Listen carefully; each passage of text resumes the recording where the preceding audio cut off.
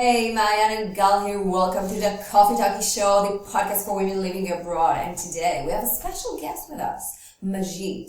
Together we will delve into the fascinating world of co-living and explore its transformative power for remote workers, digital nomads, and expats worldwide. But first, let us introduce you to our guest.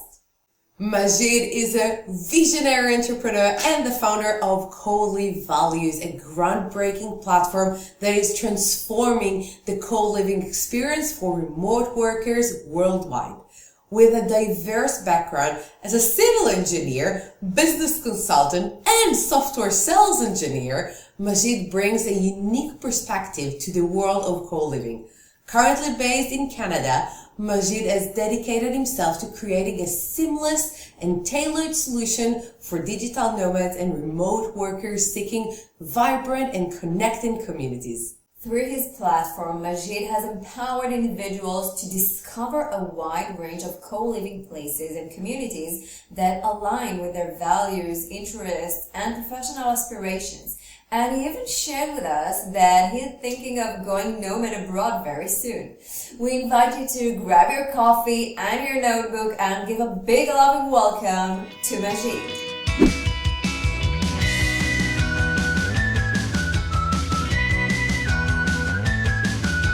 Hi Majd, thank you for being here with us on the Coffee Talkie Show. Hey, it's really good to be here. How's it going? Good. It's later here for us than for you. We just heard Majd telling us that it's 6 a.m. is time. This is part of doing an expat podcast, right? We talk with people from all over the world and it's just amazing. Yeah, it's pretty much the norm for me. I'm here in Vancouver. We're like on the westernmost point in Canada. And so, yeah, time-wise, I've learned to be a morning person, even though I wasn't before. It's a necessary change over here. I can imagine. So we'll dive straight into our interview today. And Majd, can you share a bit about your personal journey and how you transitioned from being a civil engineer to founding Coliving Values? Yeah, it's been quite the journey for sure. It's quite like the meandering path, like in how you explained it. It seems a little bit strange. How did I go from this to that? But it kind of ties back together in one core theme, I would say. I'm just like a super curious builder at heart. So like I've been doing that since like I was a young kid. I love just breaking things, trying to puzzle them back together. Sometimes that worked, sometimes it didn't. But that's kind of how I did things. And so like as a web developer, I built Colive Values by myself. And I learned web development through literally like taking my friend's source code, trying to like dive deep into it, understand how it works, trying to make it to fit my needs. And so that's always something that I really love to do. And because of that, I'm all about exploration. And so just trying to see what I can do best and where I would fit in to kind of provide the most value. I studied civil engineering because it was something I really, really liked. And I still do. It's like a super awesome field. You get to actually build stuff and see it come to fruition, which sounds really cool. I think after graduating university and doing a few internships, I just realized like engineering is unfortunately like a field where I would say it doesn't depend on how good you are at it. It's more about like how many years of experience do you have in the field, and that's kind of how you're valued. And I felt like, it's not like a field where I want to go in and I want to just like put in 10-15 years and then I'll get respect. I was like, I think I can like provide value in the right space. And so I try to pivot to a space where I can it's more based on meritocracy rather than just years of experience. And so business entrepreneurship was like the natural choice. I think looking back, it was probably always something that I wanted to do. I just didn't really know it yet. And so to get a jump start on that, I went through and I did like a management consulting job. That was sort of like my mini MBA. I was able to work with big companies, have them somehow trust me to like solve their problems or at least try. And so that was a lot of fun. That was definitely like just complete learning. I would really describe it as like business school. And we were working on such like random projects. Like my first project was I joined during COVID, so I started working there literally like right when COVID hit, and so we were helping like a senior care facility or senior care home provider across Canada. They had like dozens of different homes. Obviously, with COVID hitting, it was like very intense times for them, and they needed someone to come in and figure out how they're gonna test their staff, how they're gonna go about doing this for like 30, 40 different homes and getting all these sort of faxes from everywhere, and everybody has different needs. So it's very like you just jump into something, figure it out, and then you leave and then you move on to the next problem. So that was a lot of fun. But I wanted to dive even deeper than that. And I wanted to sort of, after a couple of years, I was like, okay, like I think I can, I kind of want to go like into an actual thing that I'm building instead of just being sort of drop shipped into some war zone and trying to figure it out. And that's when I joined a tech startup, and that's where I was able to sort of use all these different skills. I learned web development at a young age. I learned sort of some business skills. I have my engineering degree. And so it all sort of melded together, and it was a place where I could use all those skills and try to talk to people and show them our product and show them what we do. Um, so that was like my last full-time job. And I was loving it. And then tech slowed down. It was an AI company. And so with ChatGPT coming out, it was like, okay, this is the company was in trouble. And so they laid off a huge majority of its hires. And sort of that's where the Colive Values story begins, because I had this idea. I was a remote worker, right? And so I had this idea for like building something around remote workers, and fitting a need there that I saw. And so I was like, this is the perfect opportunity. Let's just try to build something here instead of worrying about a layoff or trying to find another job. I just wanted to try something new. So yeah, that's the long-winded answer to explain where I am and these decisions that I've been making. Hopefully that clears it up. Oh, that's amazing. Thank you so much for sharing the story. It's really fascinating to me how people can do those transitions between, different kind of jobs, but actually everything just, like you said, melts in together, and you bring all your expertise and all your knowledge from different fields to what you're doing today. And we've done it as well. And I think it's really amazing. And also to listen to your heart and do something really meaningful for yourself and for the world as well. So Yeah, I I love that, and I think that even for our listeners that sometimes are thinking, like, "Oh, I'm moving abroad, and I will have to change a career, and what can I do?" When you understand it, actually, like you can do a lot of things on your lifetime. Like you can do different things, and eventually it will all melt down together, and you bring your knowledge from different fields, and and it's just amazing. So here's another proof of that. No, for sure. I found it was like, I mean, it's obviously very nerve-wracking to try to like go from one field to another, or I think this applies for everything in life, right? Just change. But along the way, like the things that most help me are, one is like, yeah, trusting your heart, like you said. But number two is like people are very helpful. Like people generally like to like see someone trying to do something. And along the way, like there were so many different mentors and people that I met who just encouraged me for like no reason that presumably like they don't know, but it helps. And so just either listening to like the right people and being around that right crowd, it gives you that motivation, or just life kind of does its thing, and you meet some really cool people that are really encouraging. And so yeah, just totally all about people. I think the more that I go through this journey. amazing. Let's talk a little bit about co-living, and could you elaborate a little bit more about the concept of co-living and the core values of this co-living for our listener that maybe are hearing this for the first time? Yeah, for sure. Yeah, so co-living, it's a term that gets used a lot, and it means different things in different countries. I sort of started to realize that as I jumped in the industry. At its heart, in my head, I think what it is um, again, it can take on many forms, but the general idea is that it's a place, it's a space like designed for community and personal growth. And so residents typically will feel like a common connection. Physically, it looks like a shared accommodation. It can be like a house, it can be a villa or like a big complex. And then it has private corridors for for the individuals to stay in. So I'd best describe it as like a university dorm, but for adults, or maybe like a hostel with a little bit more of a purpose and longer stays. So typically, like people are staying at least 7 days in a co-living. It's not like an Airbnb or something where anyone can sort of join in. It's more of like an application process about who you are, and you really get to feel the community when you're there. I think that's probably the most defining theme.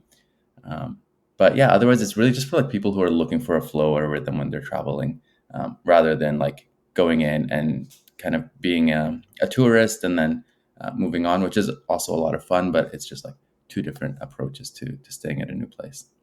Yeah, it's really about, like, at least from what I've seen until now, it's about this shared desire to do something together. So, as you said, like sometimes you will look for co-living spaces, and basically what you'll find is a shared flat. Like you each have a bedroom and you have a nice kitchen together. But sometimes it's bigger. It depends on the places. We've seen amazing things like buildings that have like each have a different apartment, but then you have like the two first floors will be a shared space to work together to and have some entertainment. So it's really, it depends on the place. But I think the whole idea, I love how you said it's like it's the accommodation places, student dorms for adults and people that want to live differently than just having their own home for a certain time. And I think a lot of times in those co-living spaces, there is a place for contributing to the community. Like you get an apartment, but you also give to the community from sometimes your knowledge, your skills. We see a lot of those happening. And I don't know if you know, Majid, we haven't talked about it before. If you're familiar with the kibbutz in Israel, which is basically a co-living place. It's a big one where everyone shares, the same village, maybe.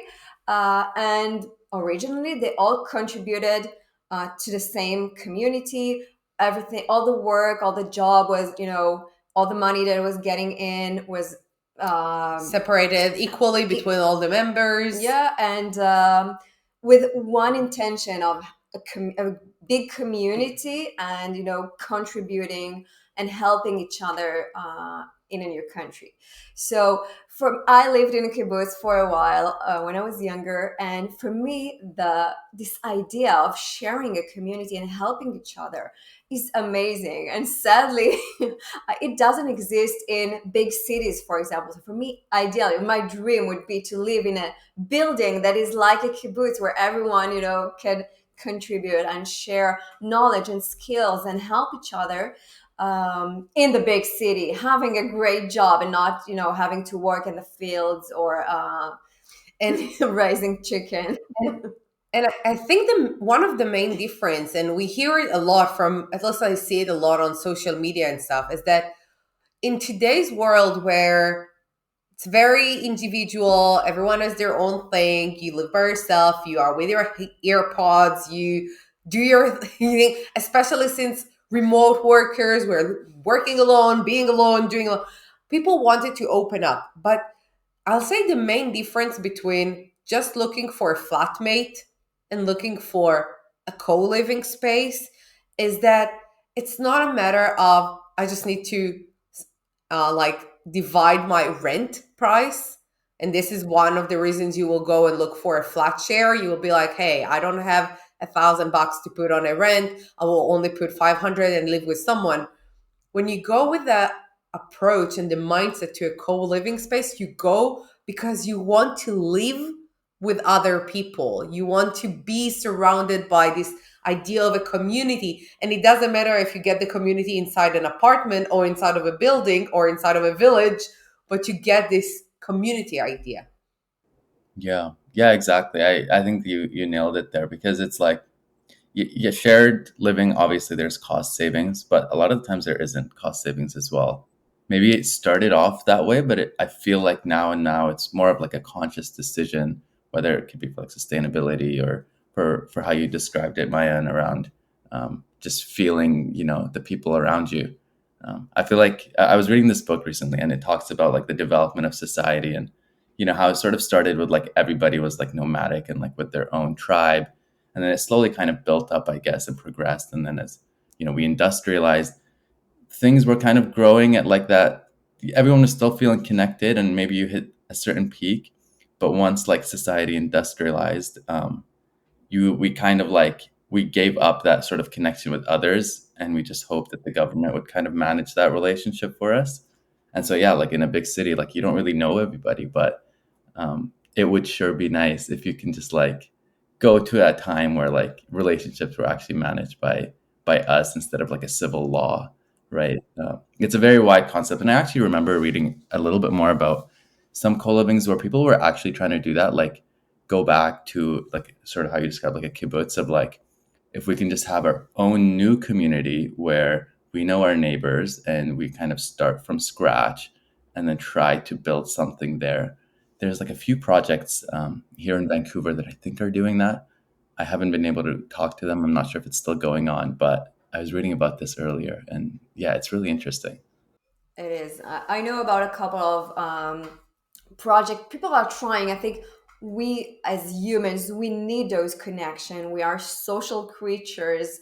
We want to connect. We maybe lost this ability over the years, especially after COVID. But I think most of us really want those connection, and so there are a lot of people are trying to create projects like that, and like you as well.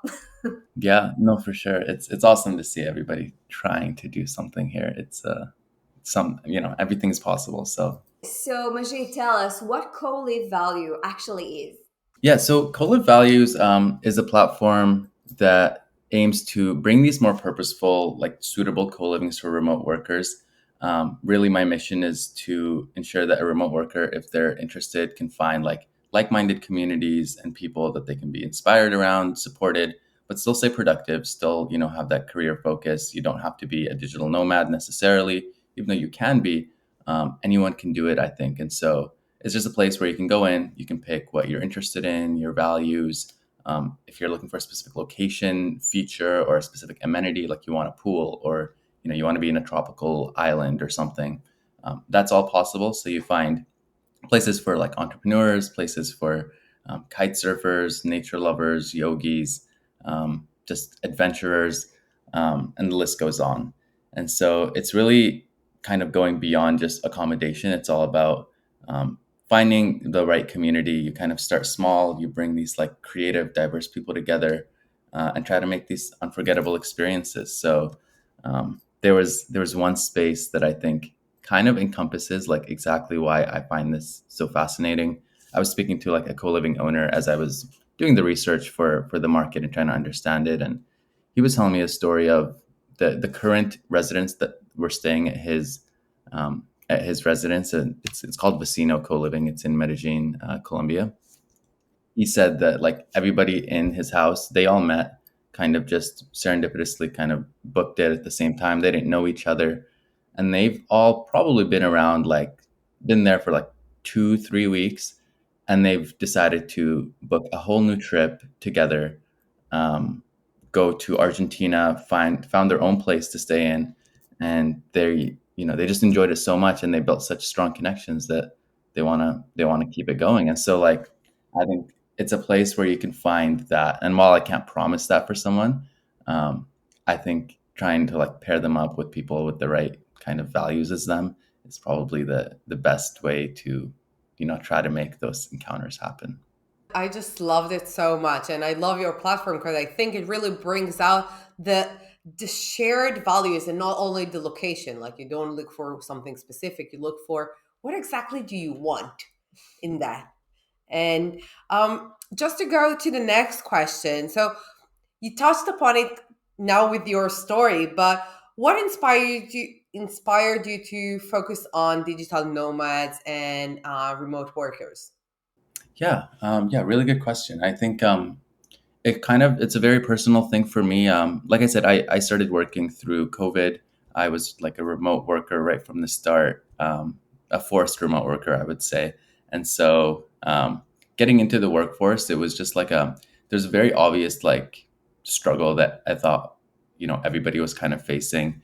on the same boat as me, is just like it's a pretty lonely endeavor. You'd hear a lot of stories, especially in consulting. It's like people would talk about, back in the day, like we would be traveling all the time and we wouldn't be on Zoom at like 6, 7 o'clock trying to talk to clients. And you really get to know your coworkers and you build these like awesome relationships that are just very difficult to do when like you kind of just have to force yourself to sit in front of a laptop and try to like, you know, grab someone in to like have a coffee chat and get to know who they are. It's a lot easier when it's more like a serendipitous kind of encounter. And so, yeah, I just kind of saw that around, and I thought there wasn't enough services for remote workers. Like for me, it was, I remember trying to look for a solution, and I was like, okay, like as a remote worker, at least I can go work abroad and I can go, have some fun and maybe meet some people there. And that's when I slowly started discovering like co-livings, and they were completely booked out like 3, 4 months in advance. And I could see why. It was like kind of a perfect solution. Like it is, a place where you can have those socializing opportunities. A lot of the times it seemed like people were on similar boats. Like they're either, they have a company of their own, or maybe they're like a tech worker like I was, that are, they have the ability to go work from anywhere. Um, and it seemed like, you'd get that work-life balance. You're obviously exploring, adventuring, traveling in a new place. And so you do get to do the things that you love, in a place that you love, and still focus on work. And so, yeah, all of that blended together. And I was like, I think this is like a really great solution. And it didn't seem like remote workers all knew about it. Like digital nomads, they've probably heard of it at one point. It's like a very niche thing. But when you think of like who a remote worker is, before it was kind of a niche thing as well. But now it's like we're all remote workers. Like it's kind of the standard right now, right? Oh Absolutely. yeah, I love that, and I really think you touched upon a very important thing, and we talked about it earlier. There's more and more people teleworking, remote working, working from their regional country, moving and working from somewhere else. Whether they're entrepreneurs and having their own businesses, or have just working remotely to different companies, and this feeling of loneliness can touch upon a lot of them, and I think that's where co-living is very useful. Yeah, absolutely. So let's talk a little bit about technology and how technology plays a role in enhancing the co-living experience for your users. Yeah, I think it's technology is definitely plays a huge role in co-living and finding the right place. Obviously, with a lot of these platforms, there you have to sort of go online and find the right technology to use here. In terms of like Colive Values itself, what I found is that um, it doesn't seem like there was um, enough tools out there to find the right place. Like there are so many different places and they're so diverse.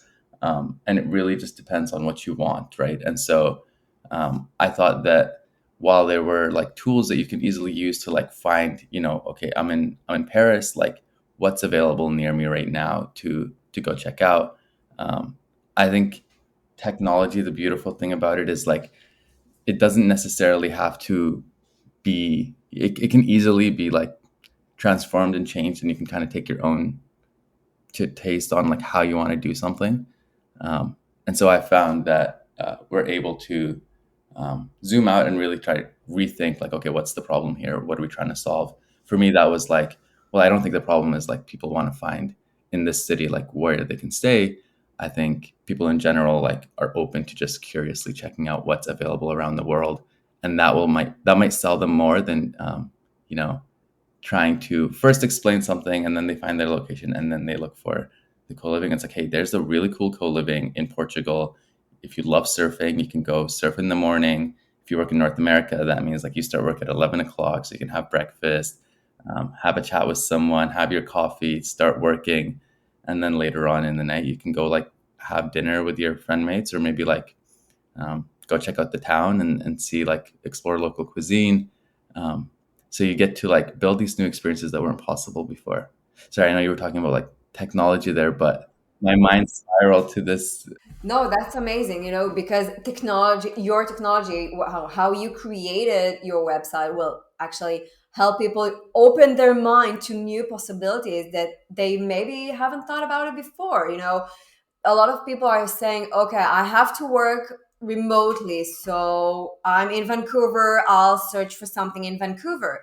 But actually, there are no limits for most of those remote workers. So let's open the world and try to find something that maybe is more exciting, maybe it has new opportunities, maybe it's even nicer to work, like you said, instead of beginning to work at 8 a.m. you can start working at 11 a.m. and that's amazing. Why not? Yeah, and I think what's important and what's special in your platform is the fact that you can filter the places not necessarily like based on location, but on your values, on your interests, on your desires and lifestyle. And I think again, when you're looking for a co-living space, something that you're going to share with others, well, do you want slow living? Do you want something, as you said, like surfing in the morning? Do you want I've seen like places on your platform like we do yoga every morning together. We like what is the thing that you want to share it as a community? Are you going super green, like very ecology, like sustainable, Or more tech, or do you want something more tech, more sophisticated, more outdoor, indoor? There's so many things. So when you look at a co-living thing, it's not, ooh, I want to look at I'm living in Vancouver. Let's look for something in Vancouver. But hey, what do I love? What do I like? Yeah. And it's awesome to actually have that option. I feel like for a long time it was such a niche thing that, there wasn't like very much of a themed nature around a certain place. But nowadays it's definitely more of like there's so many people who are interested in this. And so you get awesome themes like you mentioned, right? And so it makes it makes everything better, I think. And so I think it's only going to get better and better from here. So I'm very optimistic about it. Like, have you seen until now something that is coming very frequently, like that people are looking for in terms of the type or lifestyle or values that people are looking for? Mm, I try to track that. I try to see like what people are most interested in. Um, Nothing like in particular is like just completely like overtaken. There's just a bunch of very diverse things. Like I think for a lot of the co-livings, they just do, and I got to say, like I kind of played no part in this, right? Like the co-living owners and the people actually operating these are the ones that are really the stars. I'm just trying to put them out there. But a lot of the things that they do, I find really, really cool. Like skill sharing is like a big thing now, where like most co-livings will sort of, I follow them on Instagram and social media, and I try to see like what they're up to. And it seems like every other day, like there's like one in southern Spain called Sun and Co. It's very popular. They're always hosting like workshops where members will teach each other their skills. Sometimes it's like woodworking or like building something with your hands, and sometimes it's like a startup, product market fit presentation for people building something. So skill training is definitely a big one. I think you just you, there's like the sport themed ones. So like surfing is an obvious one, but kite surfing is a pretty big one as well, which I thought was pretty wild. I didn't know people went around the world doing this crazy sport, but they do.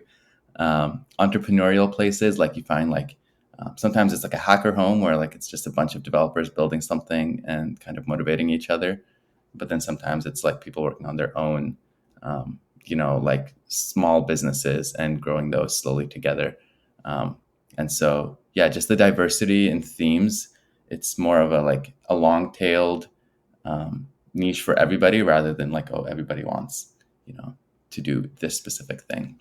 That's really cool. So, what advice would you give to someone who is looking for a co-living space? I think if you're looking for a co-living space, I guess you'd probably, it depends on where you're coming from. Like as a remote worker, I think there's a few things to consider, right? Is like, um, what are your hours like? Like some people can just work and code. Doesn't matter what time it is. They're not in very many meetings. Others like the role that I was doing, that was definitely like a more, client facing role. Like you're really talking to people through specific hours. Figuring those hours first probably helps, and talking to your manager and trying to figure out like what's possible and how they can kind of accommodate. You'd be pretty surprised that some companies, like, they're pretty progressive with, maybe switching you to a different region, or just working on like, adjusted hours. The other thing is just also around like knowing what you're getting into. We kind of talked about it earlier, right? And Gal, you mentioned this, like some places are like an apartment complex with like shared space. Others are like a very intimate house. And so, and sometimes like anyone will just label something as a co-living and you're not exactly sure if they are or not. That's something that I'm trying to solve, but it's not, it's easier said than done for sure. Because a lot of the times, like, it's very hard to take and really know what a community is like beforehand. But co-living, I think, it just really like going through their social media, if you find something and like trying to understand what this place actually is, what it entails, gives you that peace of mind, right? And it also makes sure like expectations are set for both sides, so nobody's like upset, when you do end up there. I've seen some people recommend, like, if you are interested in a place, like maybe having like two places in mind, and if they're nearby, then you can kind of travel there first, go check it out. If you like it, then you kind of book your longer term stay. That's definitely an approach. Personally, I take risks, and I just did it without checking too much, and I kind of paid the price for it because I ended up finding a place that was like not what they said they were, unfortunately. But yeah, I guess that's part of it sometimes. Yeah, and I know that there are a lot of co-living spaces right now that are, one big application, and you have to go through a whole process to get into those places. So sometimes it can take a while to get accepted to one of those co-living spaces. So definitely be ready for this. It's a journey, right? It's a journey. You have to be open-minded for it, Yeah. and adventurous a little bit. Yeah. Yeah, and Majid, you shared it with us on in a private conversation when we talked the last time. Are you going to try a co-living space for a while, remote, like not in Vancouver? Yeah, for sure. So it came at a very weird point for me because summer in Vancouver is like the best thing ever. It's such a beautiful part of the world, and I'm very blessed to be here. I actually, when I first started building Colive Values, I was in a co-living. That was the one I mentioned, where it was not what I thought it was, let's say. So yeah, it's definitely in my book that I need to do a proper co-living with a lot of these companies that I'm listing on my own site. So hopefully this winter, I love to escape like Canadian winter. It's too cold and miserable for me most of the time. So going somewhere in Europe is probably what I'm looking at. But we'll see how I'm feeling and what I'm looking for from that time. Can't wait to hear about your experience in your own. In your own word. So before we go, can you tell our listeners how they can find you? What is the offer that they can find on your website? And yeah, how do they reach out? Yeah, for sure. So my website is colivevalues.com. You can go on there and you can pick what you're interested in, find a cool community anywhere around the world. If you want to check out more about me and follow me, you can check me out on Twitter. It's the midget _. Maybe we can have those in the show notes or something. And if you want to take part of Colive Values, this is a platform that I'm very much just building by myself, and I'm slowly kind of shaping it to be what it is. You can always join the discussion. I have a Discord community where people can join and contribute to the future of co-living, Colive Values, and just have discussions around the space. So I'm always open to meeting people, having conversations, and yeah, really glad to be here. Thank you guys so much. Oh, That's amazing. And we'll put all the links, of course, in the description of this podcast episode. Majd, thank you so much for this conversation and for sharing your expertise and your interesting story. Yeah, I love this, and I think co-living is gonna stay for a while now. So Really hope it develops. yeah. into even more. Like, That's my hippie energy, wanting to do a better world. I think it will. I think it will. There's so many cool people doing really cool things in the space. So I can't wait to see it in a few years' time.